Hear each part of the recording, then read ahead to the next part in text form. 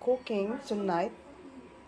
You see, I cut a lot of garlics. I got few pieces of fish, and then I got prawn.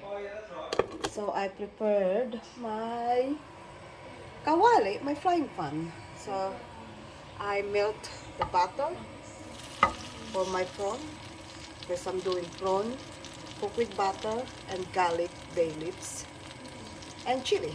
So that's it for a moment. Just hang on a moment. Ready to go. Just hang on. The fish. Turn it down. Woo.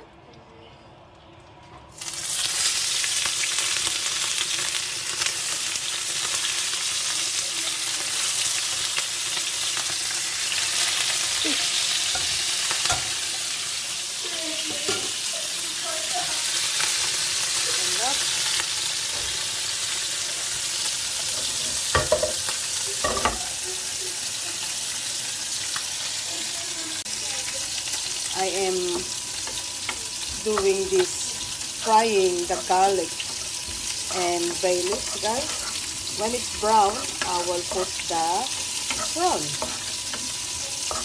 So just stay for a while. It's not yet really brown. Put some another butter with that, and here comes the fish.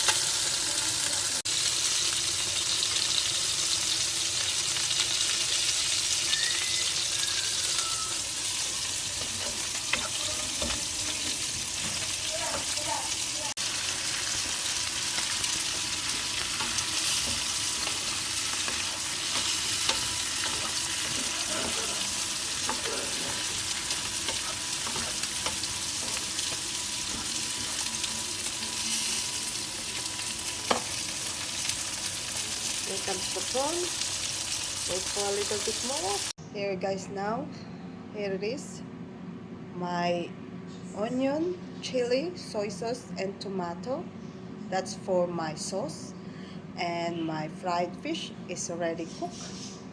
Done ready. And my prawn, it's cooked already. So that's it. Ready to serve. So let's eat, guys. Come dine with us.